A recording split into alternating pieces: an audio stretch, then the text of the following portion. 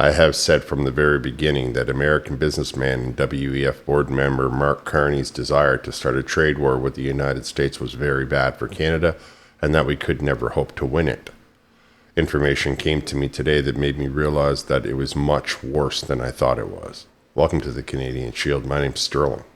I'm your host.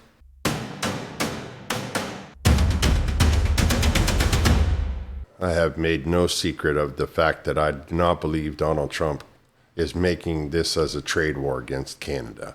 I told you all that it was all about him rebuilding the United States of America, and rather than focus on the leader in Canada that is going to help focus on Canada, you all decided to lose your hair and get crazy because you love the drama and you want to tell yourself that a vote for Mark Carney and the Liberal Party is not going to be 4 more years of economic destruction, but somehow it's going to show Donald Trump something. A country that is talking about banning Teslas and doing all kinds of juvenile, ridiculous things and is making life more expensive by putting a tariff on any of American products that come into Canada, products that we do not manufacture inside of Canada. There's no made in Canada anywhere. They have chased all the industry out. And if we do not smarten up, they're going to chase the rest of the industry out. I have some receipts here that I would like to make you understand just exactly how bad it would be if you continue along this environmental policy and what it's going to end up doing to not only to your pocketbook, but to your overall stable and standard of living. A report was released by the Fraser Institute yesterday, a think tank in Canada that is trying to do its best to look out for the betterment of Canadians at large as a whole. The report is called Reforming Canada's Environment Ministry and Federal Environmental Policy by Ross McKittrick. I know. That's just some of the things that we do here on the Canadian Shield so that you don't have to. So I've read through it, and for this particular video, there's just one segment that I want to talk to you about because though it is only about 1.5 pages of information, it is astounding. And it has a major impact, not only on Canada's way of life, but Canadians' economic prospects at large, based solely and completely on which political party is going to be elected. So I've skipped forward to what is titled the introduction of the document, and I'm going to read this to you as I explain to you how this is a real bad situation for Canada, and that I had not understood the extent that Donald Trump was going to ensure that his country becomes the economic superpower that Canada will only be able to sit idly by if we continue down this devastation of the Liberal economic policies. And if you're out there trying to tell yourself that you're voting for the Liberal no matter what, then I suggest you go buy a tent, because that's where you're going to end up. With the start of a new Trump administration in the U.S. and the prospect of a change in government here in Canada, it is time to reassess how Canada manages its environment and climate change portfolios. Under the current federal approach, Canada's federal approach, many areas of environmental policy have been dominated by climate change concerns, with most policies introduced over the past decade constraining Canada's energy investment and slowing economic growth and prosperity, meaning making us poor. All of us. The same can be said for the United States, who, under the Biden administration, was following along dutifully the way that everybody wanted them to.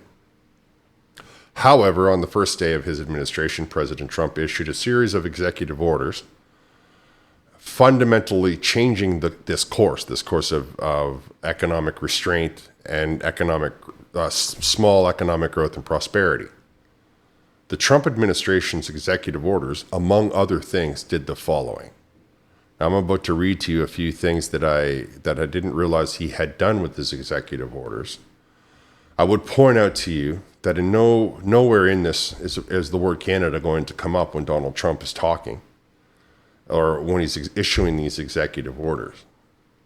Now, I want you to bear that in mind when you hear a government official or a party leader trying to convince you that it's personal. It's really not. And the focus that we need as Canadians to be concentrating on is Canada. We need to stop looking around. We need to stop talking about France and stop talking about all the other places around the world. And we need to take stock of what's going on here inside of our nation as one people, not people from everywhere all over. Forget all that. Because I promise you, if we don't do something, we are all going to end up as poor as you were when you left those home countries. You may as well have just stayed there if we don't stand together and push back on the hysteria and the lunacy coming out of these environmental policies. Before I forget, I will leave a link to this document in the description for anybody who wants to read the entire thing. You'll remember on day one when Donald Trump signed a bunch of executive orders and he had boxes of pens he was giving out or markers or whatever it was. And, you'll remember Mark Carney tried to emulate that or tried to copy that so that you got this idea that he was a strong leader like Donald Trump is. It's bizarre in my mind that Mark Carney talks about how he wants to start trouble with Donald Trump and he is out to, pick a big fight with him and he's a horrible human being. And yet every time I turn around, Mark Carney simply tries to copy people around him who he sees as being more influential and having more strength and determination. That speaks volumes. I'll stay focused on the topic at hand, though. So on day one, here's one of the things that Donald Trump did. Declared an energy emergency and authorized agency heads to identify and exercise any lawful emergency authorities available to them, as well as all other lawful authorities they may possess, to facilitate the identification, leasing, sitting, production, transportation, refining, and generation of domestic energy resources, including, but not limited to, on federal lands. This includes looking at emergency overrides of the Endangered Species Act. Elsewhere, the executive orders put strict time limits on the agencies to decide on project applications. So everybody who was a person that had to work directly for the president of the United States throughout the entire country had to start looking on federal lands, even if it meant lands that were protected by the endangered species documents. Do I believe that he's going to violate that? No. But do I believe that he's going to have a look and see if that endangered species has maybe quadrupled in population? Definitely. I think that puts it in a very large scope that he's looking across the country in this energy emergency for any way, shape, or form that you can generate not only fuel, but electricity. Take Mark Carney in contrast, who wants to make sure that nobody has any electricity anywhere. Next, he pulled the U.S. not only out of the Paris Climate Agreement, but out of any agreement, pact, accord, or similar commitment made under the United Nations Framework Convention on Climate Change. This covers all rules around climate diplomacy and multilateral agreements since 1992. I mean, in 1992, they were just beginning to talk about it. So that's that's a complete rollback. And I laugh, though it is, very important that we as Canadians understand what this means. This means that anything that we do, we have to make sure that we're doing it for ourselves. Because there's no way in the world that our current economic or our current environmental policies are going to be able to compete with any product that they make. They will be able to make it in the United States, and we can make the same product in Canada, and the tariff on it coming into Canada will still be cheaper than what we're making it for in Canada. I'll get into that. Next, immediately ceased or revoked any purported financial commitment made by the United States under the United Nations Framework Convention on Climate Change. This includes all climate finance plan commitments, in other words, financial transfers to developing countries negotiated in the past Conference of the Parties meetings as compensation for purported climate damages. More accurately, he basically stopped all payments for climate credits for when they pay off, an island that's got a lot of trees, and then they say, "Oh, you're my climate credit. Here's some money." So he continued, right?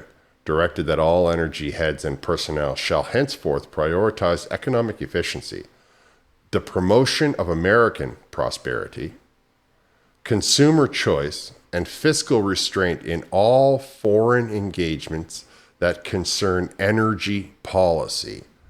In other words, no future international diplomacy shall be directed towards climate agreements if they interfere with American economic prosperity. So he don't care about climate action. He doesn't care about, greenhouse gases. He doesn't care about nothing. It doesn't matter what words you try to put out there, Mark Carney. Donald Trump is not paying attention to any of it. And what I find astounding as I'm talking to you is that through all of this, Elon Musk goes up into space, saves people's lives, and it's him that go after. Come on. I mean, that's funny because that indicates to you just how out of focus the left is. That it's just an angry group of people who want to lash out no matter what, without it thinking their way through it. Now, here on the Canadian Shield, as you know, we think our way through these things. So far, I can tell you that just one of these policies is going to make us uncompetitive if we follow the Mark Carney rule of business with this carbon, green this, green that, emissions caps, and all the rest of it. Not to think of all of them put together, that's not going to do well for us at all. Okay, so there's a few more. He eliminated the federal electric vehicle mandate and directed agencies to revoke all energy-related regulations restricting a variety of goods and appliances, including, but not limited to, light bulbs, dishwashers, washing machines, gas stove, water heater, toilets, shower head, and to promote market competition and innovation within the manufacturing and appliance industries. In other words, all energy efficiency rules were thrown out the window. Repealed is the word that they like to use in political circles. I mean, there are people right now in the United States who don't have to have low flow shower heads. They can just put on basically the same hose they use to wash down elephants. They can essentially put a fire hose in the bathroom and have the shower of your dreams. He directed that cost-benefit analysis of future environmental rules focus on domestic, not global, costs and benefits. This all but guarantees that any future climate regulation proposals will fail, since the purported environmental benefits within any one country, even the United States, are very small.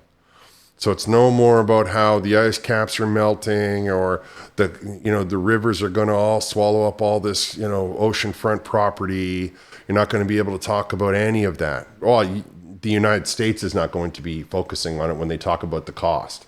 So when you hear Stephen Guilbeault last year running up and down talking about how it's going to cost $1 billion and all that made up mathematics that he tried to shove down everybody's throat, Donald Trump just told the United States that they're not allowed to factor that stuff in when they worry about what costs it might be. So that reverts it back to pre-1992 when they just said, okay, it's going to cost us this much to clean it up. Right now, there's no way that Canada can compete with the United States in any way, shape, or form. And if you want to put up Canadian steel against this stuff, or if you want to put up any Canadian product against the fact that there was no regulations, no environmental policies, no air filters, none of that stuff, Canada is not going to be able to withstand any of it. There's a couple of more, and then I will finally break this down. Abolish the Interagency Working Group on Social Costs of Greenhouse Gases and rescinded all its prior reports on the social cost of carbon, which it slammed as marketed by logical deficiencies, a poor basis of imperial science, politicalization, and the absence of a foundation in legislation. The IGW reports provided the economic justification not only for the U.S. climate regulations, but also for Canada's emissions reduction plan. So he went ahead and said that all those documents are no longer important to us because they are not based in science. They are based in only people's fanaticism. They're based by people like Mark Carney and Stephen Guilbeault.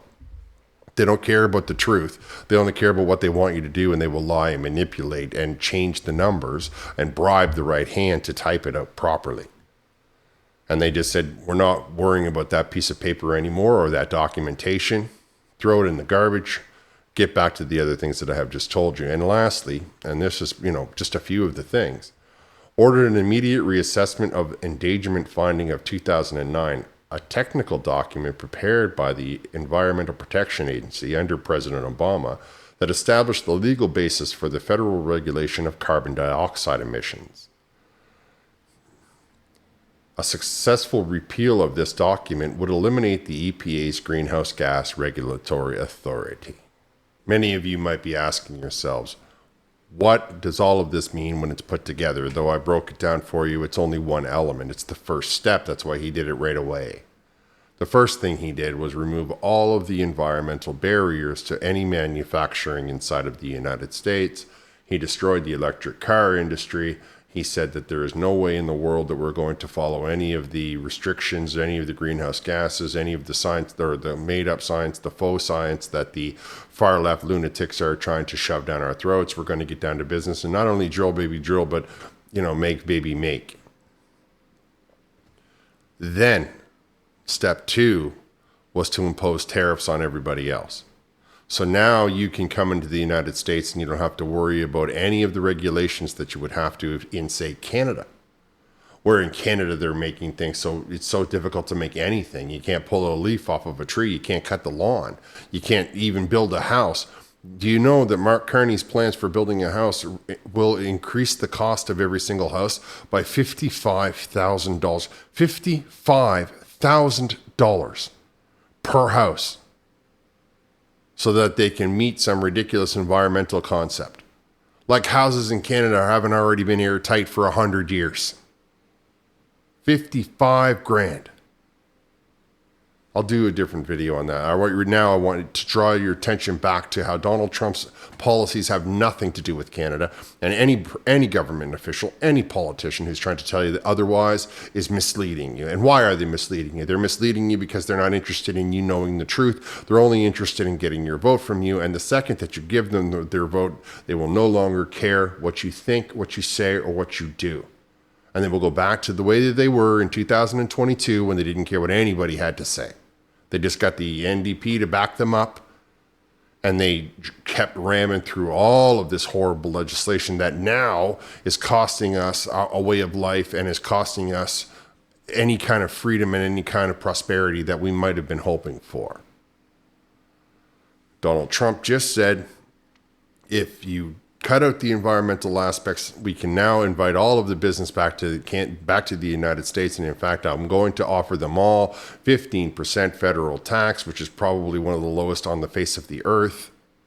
And to top it all off, I'm going to put tariffs on them so that to incentivize them moving their companies to the United States and all of the jobs that come along with that. When you move a headquarters to out of Mexico and put it into Oklahoma or any of the places that they may be putting them, you bring some people with you and then you hire a lot of local people. Especially in the way of steel industries and car manufacturing and much of the manufacturing that's going into the AI and the chipsets and the oil production and the list of things that Donald Trump has successfully already has company moving millions and billions of dollars out of their own organizations so that they can implement these builds in the United States of America it's global. I mean, there's companies coming from every country. There's so much money in it that Honda, for example, just built $18 billion plant in Mexico, which they're abandoning so that they can move their product into the United States and build it there. That's how much money we're talking about. That's how much money we're looking at. And Donald Trump didn't do it against Canada. He didn't do it against Mark Carney. He didn't do it against the United Nations. He did it for the United States. And to tell yourself that it's personal is not only very narcissistic, not only very egocentric, but it's going to lead you to the road of ruin, because you now can no longer tackle the problem. You can't focus on what matters, and what matters is saving our own nation. What matters is getting jobs in the economy inside of this nation. And don't go talking to me about how you're going to open up trade routes to Europe. And don't go, you know what, fine. If you want to sell green steel to Europe, that's great. But any of the steel that we're putting into domestically shouldn't have to follow any green rules at all. Any of the wood that we're going to be putting in, I don't want to hear how we're paying a carbon tax to pay for the fuel, the powers the chainsaw that cuts the tree down. I don't want to hear how we're paying a carbon tax for the mill that planes the wood and cuts it to size, or the carbon tax for the truck that hauls the trees, or after the finished lumber, any of that. If you want me to believe that we're going to sell steel to the European Union, when right beside us is going to be the United States, who's going to be able to sell them steel at a fantastically lower price. Somehow in your mind, you think that they're going to be ideologically driven. They're going to somehow manufacture this money that they don't already have. But everybody knows that they're in a bad way. It's not just Canada and the US that we're suffering economic destruction based on these green policies. It's not something that's a secret. The reason that Donald Trump did it on day one is because they talked about it for the 4 months that they were sitting around and said, how can we improve the economy? Well, the first thing we got to do is get the environmental lunatics out of the way. That's what they told themselves. And so that's why they did it on day one. Then they said, we're going to impose tariffs. And every time he talks about a tariff, he knows that he's scaring everybody into hurrying their butts up. And you think in your mind that it's a Canadian steel company. It isn't. They will pay to move the product instead of out of Hamilton and stopping in Hamilton, the truck will stop in Pennsylvania. Or the boat will stop in Pennsylvania, because you could literally do that. And it will save them a ton of money. And because they aren't really worried about making it in Canada, now they will be making it in the United States, and they will do whatever they have to do to appease Donald Trump so that they can make more money. And anything else is just incorrect. Anything else is lying to yourself. And if you think in any way, shape, or form that there's a company sitting in Canada right now that says to themselves, no, I'm going to stay put. I'm going to sit right here while Mark Carney taxes my company into the uncompetitiveness, and I basically throw away $1 million, and I have to sell off my house. I'm no longer going to be able to have access to my children because the bank is going to come and take everything I owned, because Mark Carney is making it impossible for me to do any business in Canada, and the United States of America can make everything that we can make at half the cost, which means they can sell it for less than we pay to make it. That's the kind of thing that you're up against by throwing your vote away because you think you're going to hurt Donald Trump. He doesn't care. He's laughing all the way to the bank. And every time that you try to force these environmental policies on Canada, he's laughing further and further to the bank. They're all going to be making money hand over fist. And there are companies right now, there are people who own businesses that are listening to my voice right now that are saying, you know what, you got a good point. I think I'll move to Idaho, where I won't have any problems and I will be able to pay the extra tariff and still make a lot of money. It won't matter because the extra tariff is only being taxed to Canadians. It's their money that's going on the product. My product is still going to be the only thing on the market because they won't be able to manufacture anything in Canada that can compete. So think about that when you're, standing at the polls and you're telling yourself that you're somehow going to bother Donald Trump or Elon Musk or any of the 150 billionaires that are currently eyeing the United States as the new home for their industries, including Mark Carney, who every time the Americans make money, he's making money. All of his business is in America. So he's not going to be harmed by any of these policies that he's hoping that you will swallow hook, line, and sinker. He's not going to be harmed by any of these policies that he's trying to scare you with. He's going to be making the same money as the rest of the American businessmen. It's only you and I that are going to suffer. It's only you and I that are going to see inflationary costs. I mean, I challenge you to Google the word hyperinflation and see how that sits on you. All right. I hope you are able to take this information and think your way through who is going to be a better choice for casting your vote. The guy who wants to choke the country out and drag us down into the Stone Ages, or the guy who wants to drill, baby, drill. The choice is yours. I suppose it's your vote and cast it as you like. But if you want to have a good quality of living, then there's only one choice. I'm going to wrap here. I want to thank you for listening. I'll talk to you next time.